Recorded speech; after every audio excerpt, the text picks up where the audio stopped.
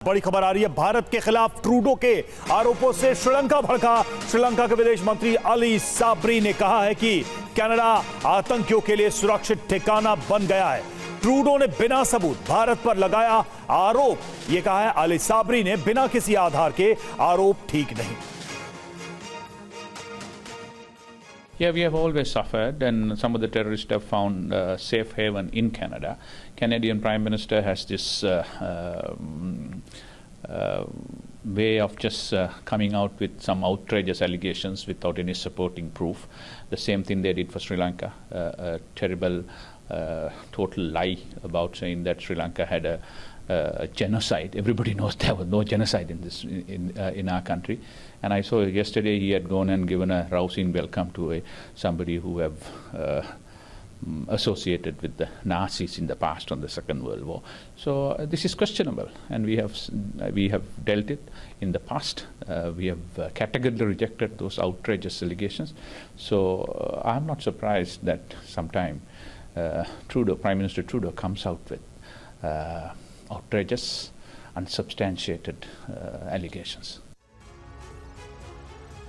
एक और बड़ी खबर आ रही है। बांग्लादेश ने भी ट्रूडो को नसीहत दी है। बांग्लादेश के विदेश मंत्री अब्दुल मोमन ने ट्रूडो को विवाद खत्म करने की सलाह दी। मोमन ने कहा कि भारत पर हमें गर्व है, भारत कभी गलत कदम नहीं उठाता है।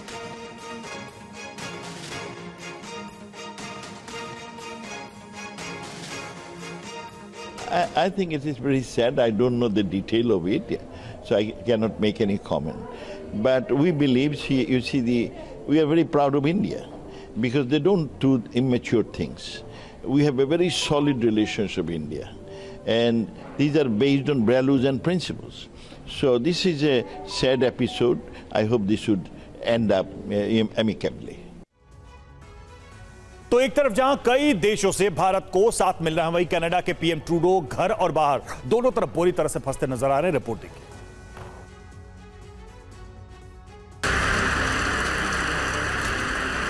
भारत को हेकड़ी दिखाने वाले कनाडा की पूरी दुनिया के सामने किरकिरी हो रही है।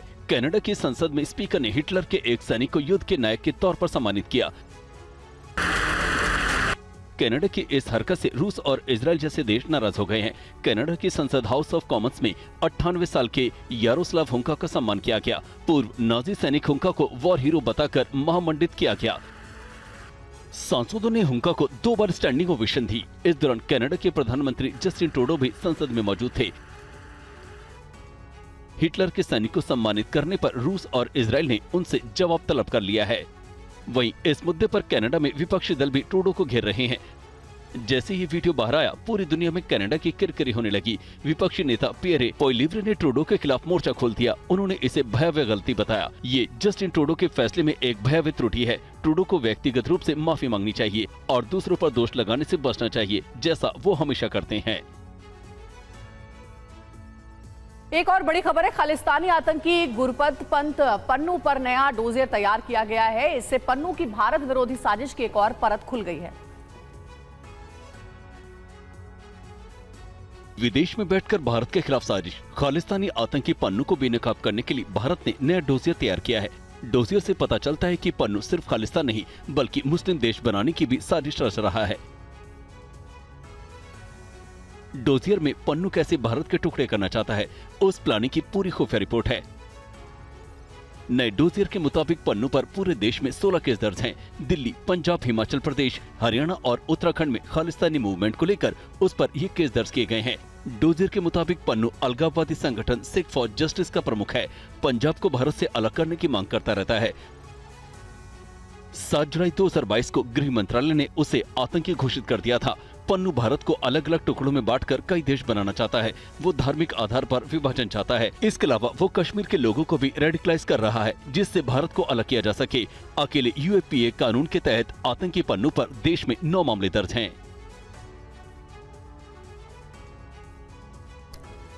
और खालिस्तानी टाइगर फोर्स का चीफ था कनाडा के नागरिक हरदीप सिंह निज्जर। जी हां, इसके बारे में जो जानकारी सामने आ रही है, खालिस्तानी टाइगर फोर्स का चीफ था निज्जर। एनआईए की चार्जशीट में हुआ खुलासा, कनाडा में पनाह लिए हुए अर्शदीप उर्फ अर्श ढल्ला और हरदीप निज्जर कनाडा से चला रहे थे टेरर कंपनी। भारत सरकार ने गैजेट नोटिफिकेशन निकालकर किया था अर्श ढल्ला और हरदीप सिंह निज्जर को ग्लोबल आतंकी घोषित।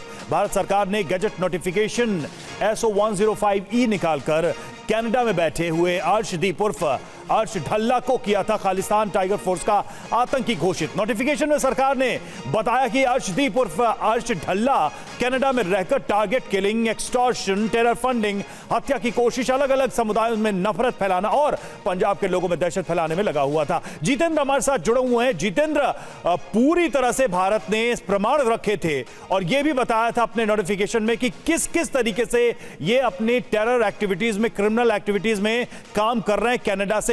इसके बावजूद भी कनाडा सरकार के कान पर जू तक नहीं रहेगा, यह बहुत हैरान करने वाली बात है। जी बिल्कुल, देखिए इस वक्त पूरा कनाडा, पूरा ये कहें पूरा प्रशासन, पूरी सरकार हरदीप निज्जर को बचाने में लगी थी। उस दौरान NIA ने, जो कि भारतीय जांच एजेंसी है, राष्ट्रीय जांच एजेंसी है, उसने पूरा खुलासा किया था अपनी चार्जशीट के अंदर निज्जर को लेकर और उसमें साफ तौर पर यह बताया गया था कि किस तरीके से निज्जर खालिस्तान टाइगर फोर्स, जो कि खालिस्तानी आतंकी संगठन है, उसका मुखिया है और बाकायदा कनाडा के अंदर बैठकर पंजाब में अस्थिरता पैदा करने की कोशिश कर रहा है। वहां के जो नौजवान है उनको अर्श डल्ला के जरिए वहां पर भड़काया जा रहा है, उनको उकसाया जा रहा है, उनको कनाडा का वीजा दिलवाने के नाम पर वहां पर आतंक का पूरा प्लान वहां पर तैयार किया जा रहा था। उनको जो वेपन थे वो मुहैया कराए जा रहे थे, आतंकी फंडिंग उनको मुहैया कराई जा रही थी। ये तमाम बातें ना सिर्फ भारत सरकार ने अपने गजट के अंदर लिखी, जो इनके खिलाफ लाया गया था अर्श डल्ला और हरदीप निज्जर के खिलाफ, बल्कि NIA ने अपनी चार्जशीट के अंदर भी विस्तार में इस पूरे जो निज्जर का पूरा जो प्लान था पंजाब के खिलाफ, उसको विस्तार में पूरा लिखा हुआ था। तो उसके बावजूद जिस तरीके से लगातार कनाडा की सरकार निज्जर को बचाने की कोशिश कर रही है या निज्जर की मौत के जो आरोप है हिंदुस्तान पर मढ़ रही है, उससे जो ये NIA की चार्जशीट है जो निज्जर के बारे में लिखा है, उसने साफ तौर पर ये बता दिया है कि NIA की चार्जशीट में इनकी सारी करतूतें लिखी हुई थी और एक तरीके से भारत की तरफ से ये पूरी दुनिया के लिए एक चेतावनी थी जिसे कनाडा ने नजरअंदाज किया। शुक्रिया आपका इस अपडेट के लिए। Yeah, we have always suffered, and some of the terrorists have found safe haven in Canada. Canadian Prime Minister has this way of just coming out with some outrageous allegations without any supporting proof. The same thing they did for Sri Lanka, a terrible, total lie about saying that Sri Lanka had a genocide. Everybody knows there was no genocide in this in our country. And I saw yesterday he had gone and given a rousing welcome to somebody who have associated with the Nazis in the past on the Second World War. So this is questionable, and we have dealt it in the past. We have categorically rejected those outrageous allegations. So I'm not surprised that sometime Prime Minister Trudeau comes out with outrageous, unsubstantiated allegations.